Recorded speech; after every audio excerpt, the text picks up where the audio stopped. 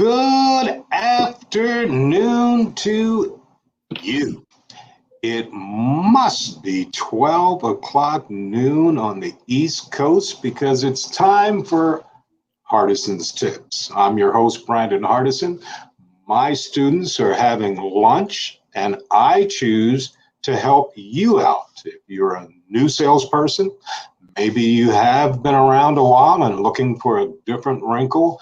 Maybe you're a new manager and you may be able to pick something up that can help you and your team members. That's what we do.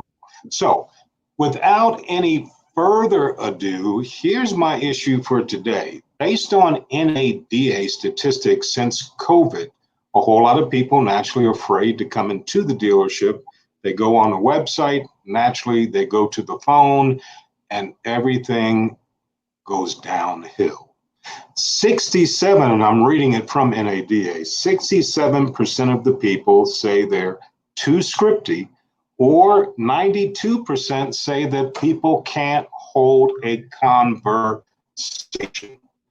That's why they hang up the phone and go to your competition. So today, we like to cover all of the United States. We're going back to the East Coast.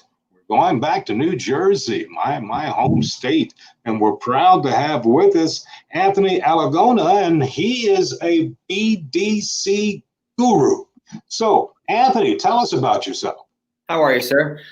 Thank you for having me. It's a pleasure to be here. My name is Anthony Alagona. I'm a national sales trainer and motivational speaker for the automotive industry, and I specialize in business development. I have been doing this for about 9 years now. And before I did this, I spent about 20 years in hospitality. So I come with a unique approach with the hospitality mindset. And what my focus is to teach people on how to over-deliver on the customer's experience. We got to identify their expectations, of course, meet their expectations. But at the end of the day, to separate ourselves, we want to over-deliver. So I teach people how to do that through the phones, through text message, through emails. And I tell people sales is a language, and we just have to be able to speak it fluently. And the hardest part is getting somebody on the phone. And when we do get somebody to pick up the phone, we just want to have a strategy of what we're going to say and how we're going to say it so we can deliver our message effectively. And that's what I'm here to help with. Beautiful. What did you think about the opening as far as what NADA statistics, as far as people being unhappy calling into a BDC? I believe that because one of the things I usually do is I mystery shop dealerships quite often. And it's not usually the best experience when you call into a dealership. You usually get thrown into different extensions. The person answering the phone isn't usually too cheerful. It's just not a pleasant experience, and it kind of just perpetuates the negative stigma that gets attached to our industry, unfortunately. Gotcha. Now, here's my first question to you, Anthony. Just for the people that maybe have worked at a couple of dealerships, because some salespeople just bounce around. Mm-hmm. In their mind, is there a difference between internet department and BDC? And if there is, what's the difference? No, I think nowadays they kind of blend together. I think people think internet and BDC, and they just think the same thing. It's just people that are on the computers answering people that are interested in cars. I tell people in the dealership world, business development should be a mindset and not a department. It's right? Right? It should be everybody's job to develop customers, especially if you're a sales professional. Unfortunately, that's not usually the case. And this is where we have to create this business development center so we can engage people via the internet. Because honestly, the virtual showroom is where all your opportunities at, and now the brick and mortar is just a place for experience and hopefully customer retention. Gotcha on that then. So the skill sets, there's no different skill set for someone in an internet department versus a BDC. Pretty much both of them do the same thing. You're saying? Yes, I mean they're very quite similar. Basically, what you're doing is you're engaging people that were either in the market or currently in the market. Okay. And honestly, what I call this is a race to the relationship. If I'm engaging somebody, my first thing is not to try to set the appointment. Number one, I got to lower the defense mechanisms, get them to like me, and identify if there's an opportunity, and if there's not, to be able to put them into a different follow-up process to where we can create an opportunity later on down the road, as to opposed to engaging a fresh lead that comes in via the internet. And now it's just a race to gain their trust and over-deliver on their expectations. You're basically doing the same thing, but with just a little bit of a different of a mindset. And Okay. I tell people it's like being a farmer. You have crops that come to fruition at different times. Same thing with customers. Okay. I'll take that. I like that. So, all right, we had a good conversation. Mm-hmm. Customer does commit. Mm-hmm. Now, in our world, that needs to go to the next step, or escalating, as we call it. It seems like I talk to a lot of managers and they say that's where the sales team and the BDC are at odds. So is it the BDC manager working with the desk managers, or how should a proper escalation go? Well, honestly, I mean, I think the best analogy is that it's like running a relay race, and the BDC grabs the baton first, and we're going to paint a picture of what's going to happen when these people get to the dealership, and we're going to make it fast, easy, and convenient for you. And this is where the communication between the business development center and the sales team and the sales manager team have to be really good, because if there's no notes in the system and we're not prepared for these people when they come in, even though that's why we spend time on the phone with them, is to be prepared, then we're going to drop the baton and not win the race. So it's very important that we're speaking the same language and we're on the same team. Okay. So it sounds like BDC managers, desk managers need to be doing a little bit more communication from that. So, but you did touch on one thing where you talked about notes. Yeah. So, I was at a dealership yesterday and they had down, I'm not going to use the real name, they had down Anthony on a Q7. Now, if I'm a manager, Anthony Q7, how can I follow up on that? I agree. Do people take shortcuts in putting in notes, or they just don't like to put in notes? Help us out with that. That's honestly the most common thing. The most common problem I see in the industry right now is the utilization of a CRM tool. Whether I'm talking to a business development representative or a salesperson, especially a salesperson, I say, listen, if I can give you one place to go every day to find a car deal, would you go there? And they say yes. And I say, well, go to your CRM, because that's where they're at. But honestly, what I see is a lack of accountability for the CRM to be utilized effectively, or sometimes even at all. And that's because it's usually a request and not a requirement. And we got to make it a requirement and not a request. If it's not in the CRM, it shouldn't be a deal. And that's what's used to customize the experience. When you go to a fine dining restaurant, they use CRM tools, and that's why they use your first name and they know what you're eating and who you dined with, and they can customize your experience to you. This is one of the most expensive things that you'll buy besides a house. We should be customizing the experience to turn them from a customer, which is once, to a client, which is forever.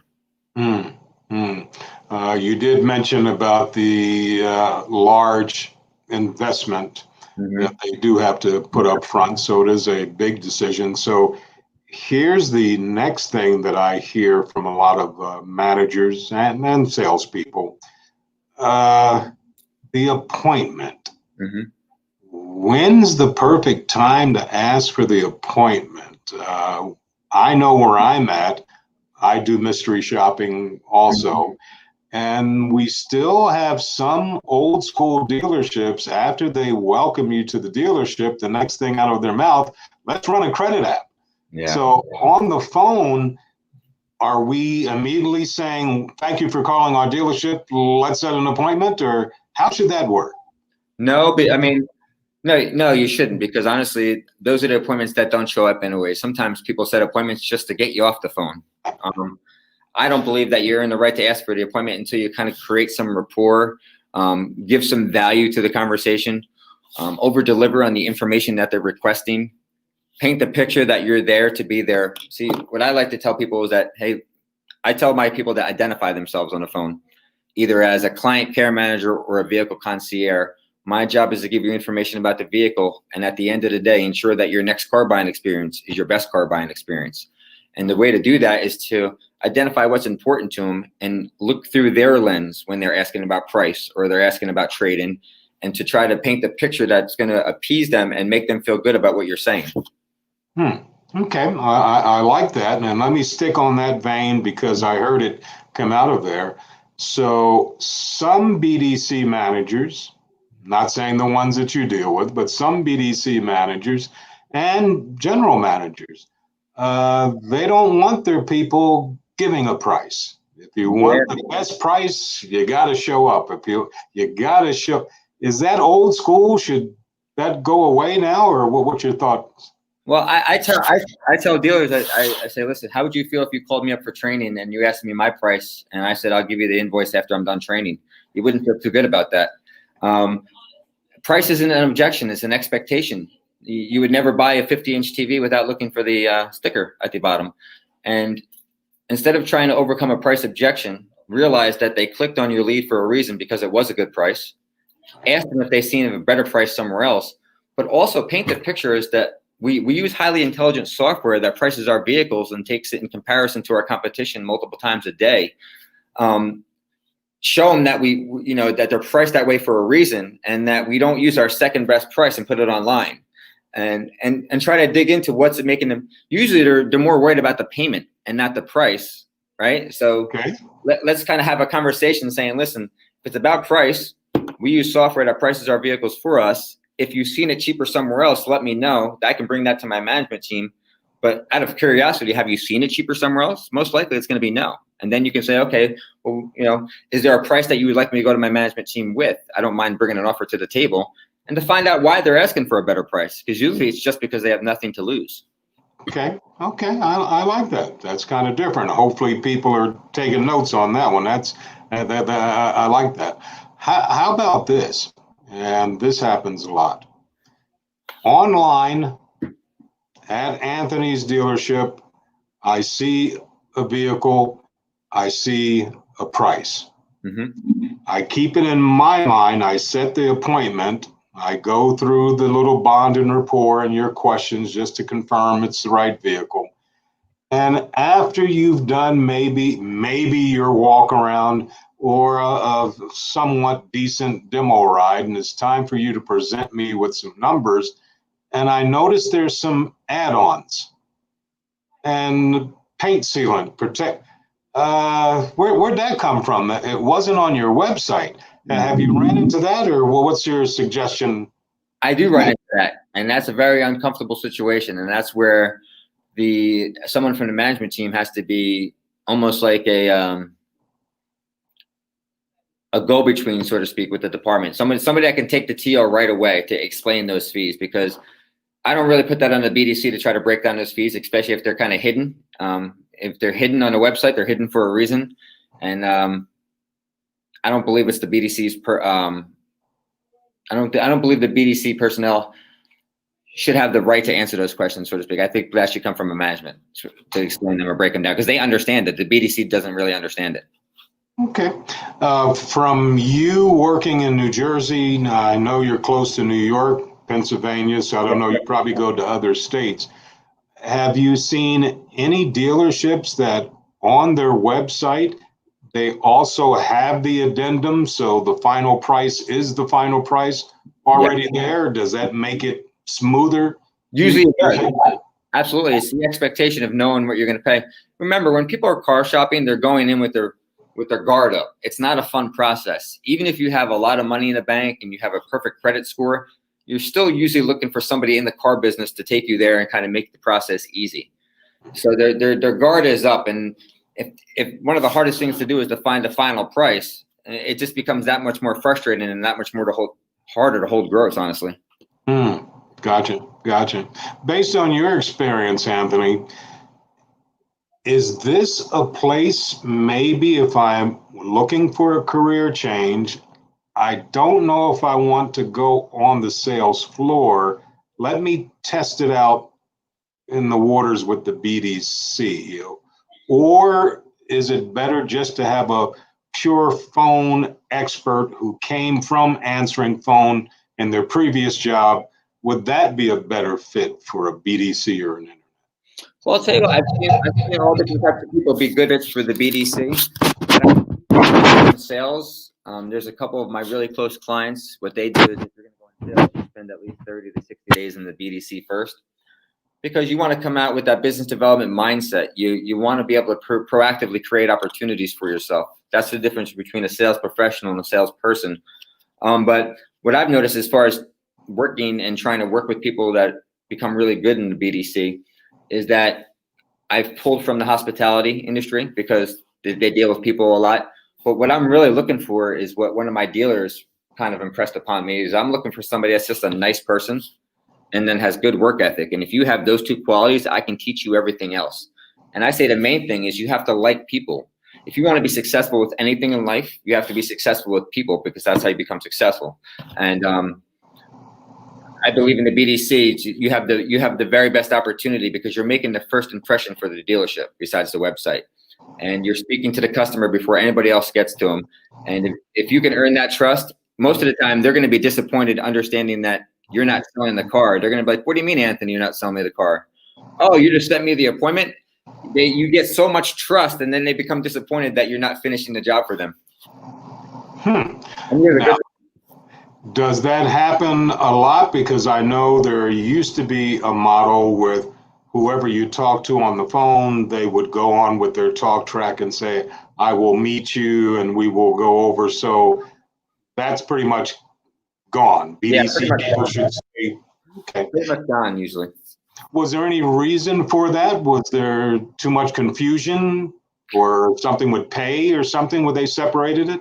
I just think it depends on the dealership. You know, what I usually see is that in most dealerships, the BDC and the sales team are like oil and vinegar almost. It takes a while for them to realize that they're interdependent on each other, which is really the case, right? I mean, we feed each other, and it's like being a football team. You have an offense, a defense, and a special teams. Same thing in the dealership. We have the business development center, the sales team, and the finance. I see both models working. It just depends on the management style and the accountability factor. Gotcha.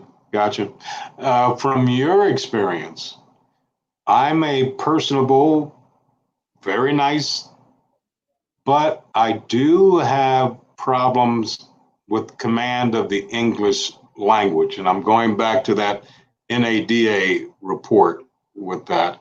Would that rule out someone, or is there some remedial way, maybe a public speaking class or something, to get the person comfortable with the guest understanding their professionalism and trying to set the appointment? Because you already said it, they're going to buy a car. They called you. They just want to see if you're professional enough to be giving you all that money you talked about at the beginning. Exactly. And honestly, it's about just making sure that we're all speaking the same language when we're picking up the telephone and we're setting these appointments. And I tell people you got to do 3 things with the phone process. Number 1, you got to memorize it word for word. Make it like you're trying out for a play, and your part is BDC representative.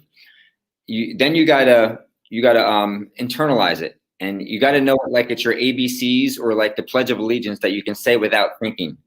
And then you add your personality and personalize it. And once you do that, it's like instead of a road to the sale, it's a road to the appointment. And no matter who they speak to inside the dealership, we're all sounding the same, and we're all ascertaining the same information. Meaning, I'm trying to dig as much about what their wants are, what I hear in the background, if they have kids, what got them to that credit score. Because the more you know, the more I could put into the CRM, the better the management team can prepare for when they get here. An example is if I have somebody that's a 450 credit score that wants a $200 payment with no money down, I want to know that they're unrealistic. So when they walk in, we're prepared for that unrealistic. Correct. Right? We want to do our reconnaissance. I like that. All right, just a couple more because time is up against us. Here's one thing that I did some mystery shop on just in my market, the metro area. When it comes to certified pre-owned, it seems like whether it's called internet or BDC rep, they don't know their manufacturer's program that well, and they're scurrying around trying to find some information. Do you see that also, or? I do. And unfortunately, it's because a lot of dealerships, their management team are not really into the mindset that they want to teach people about the vehicles, because they feel like they're going to sell them over the phone, not understanding that all this information can be found on Google. And if these people are going to actually give you their time and talk to you, and they don't feel like they're getting an answer, and they can hear in your voice that you're unsure, they're going to hang up and get off the phone and go back to Google. And I tell them, one of the things I tell salespeople, I say, listen, you need to be practicing every day. Some of the things you should practice is presenting numbers and your walk around presentations, because that's what it's about. But if you're going to practice your presentations, go into the BDC and go grab somebody and practice with them so you can teach them about the vehicles and the programs, because the better you teach them, the more opportunity they're going to provide you. I like that. I do something similar. We go into the BDC and we mystery shop their competition. And just for certified pre-owned, hey, I just want to hear about the value of your program. And like you said, some of the BDC agents, even some of the managers, they don't know they're certified pre-owned. Yeah, they don't. And like you said, now let me X you out and go on. Yeah, that's what happens. It just takes a little bit of practice every day. If they spent 5 or 10 minutes a day just going over certified pre-owned, it's like how do you eat an elephant, one bite at a time. You got it. You got it. So before we get out of here, what do you got going, or what do you have special, or how can people find out more about what you do? Well, I appreciate the opportunity. What I got going right now is I do on-site training for dealerships. So I do go to dealerships, and I just opened up an off-site business development center as an off-site solution. And we do everything from handling all your fresh leads to a la carte services like long-term follow-up, 30 days plus. Okay. You can find me on Facebook at Anthony Alagona, or you can give me a call, 732-456-0753. I'd be more than happy to answer any questions for anybody. Okay. So are you in a position to fly, or you'd rather have it just virtual? I do both. I fly. I'm back to flying again. I started traveling again last month. Okay. I am kind of limited to myself how much I travel because I just opened up my offsite though. Gotcha with that then. So, all right then. Well, we do appreciate it. Good information. Thank you for that. So, Anthony Alagona from New Jersey, from Little Silver. That's right. See, now the rest of the folks don't know what we're talking about. So, thank you, Brandon. It's a pleasure. Same here. You be safe, and for you and your family, stay healthy. And for the rest of you out there, we're going to let you finish up because my people are ready to get back to training. So as always in parting, you go out and make it a champion day.